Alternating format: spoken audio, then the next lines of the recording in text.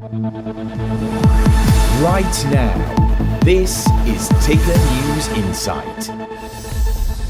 Hello and welcome back to Ticker News Insight, where we're looking to focus on the best of business from very clever people joining us from all around the world. I'm your host, Mike Loder, and to my latest story for the moment. And this year we have heard so much about people getting back into the office. Some companies are using incentives to get people back, and others, like Elon Musk for example, have mandated a return to the office before laying off many of them. So joining me now is Juliet Robinson, a leadership specialist who is here to assist with the navigation of this new hybrid working world we're beginning to see more and more. Thank you so much for joining me in the studio. It's a pleasure, Mike. Great to be here. Now, there's some interesting stats you brought me. A new report shows that 70% of flexible workers and 64% of on-site workers would forego some level of pay rise in exchange for these hours that we're seeing. How do leaders lead their teams, and I guess how do they make a hybrid work model work for them based on what you've seen? It's complicated, Mike, and I see so many leaders struggling with it. Partly because there is no one size fits all. Yeah. So the reality is we need to build trust and communication with our teams, and I think that's really the key to making it work.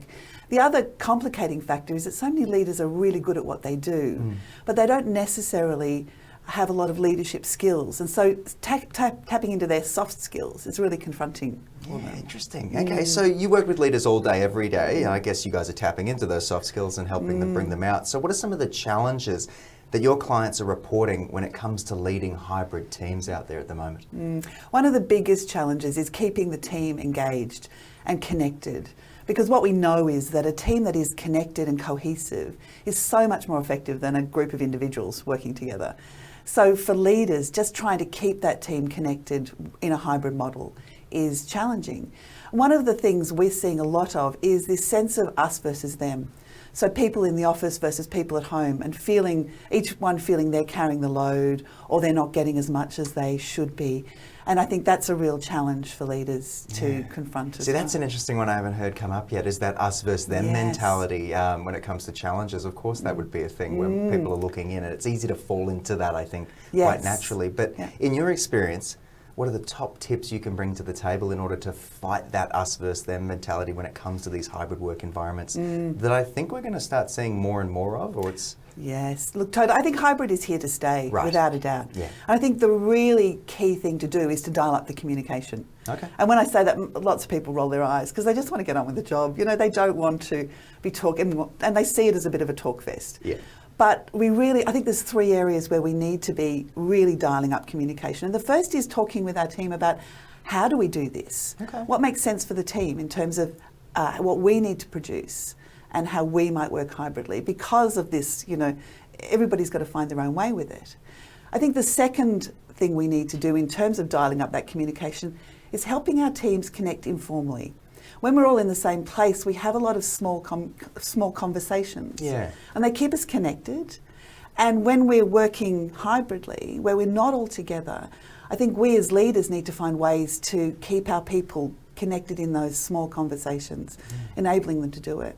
And I think the final thing is we as leaders need to be talking more about how we're coping. And I think that's very confronting for lots of leaders. Just being able to say, I don't have all the answers. I'm not sure where this is going. Let's work it out together.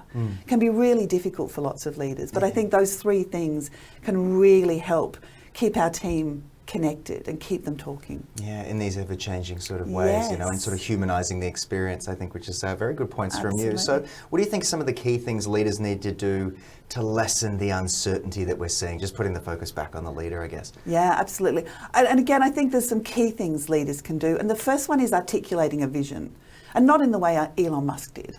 I think we can do it better than that. But articulating a vision that people can connect with, where they can feel, they can see how they can be part of that. That's a really important one. I think also measuring outcomes. So taking the focus off inputs and processes, not worrying about whether somebody's in front of you working or doing 8 hours, as long as they're producing what you need them to produce. I think that's a really important one. And also I think just as leaders, role modelling what we want. When we talk about how we want the team to behave with one another, we need to role model that.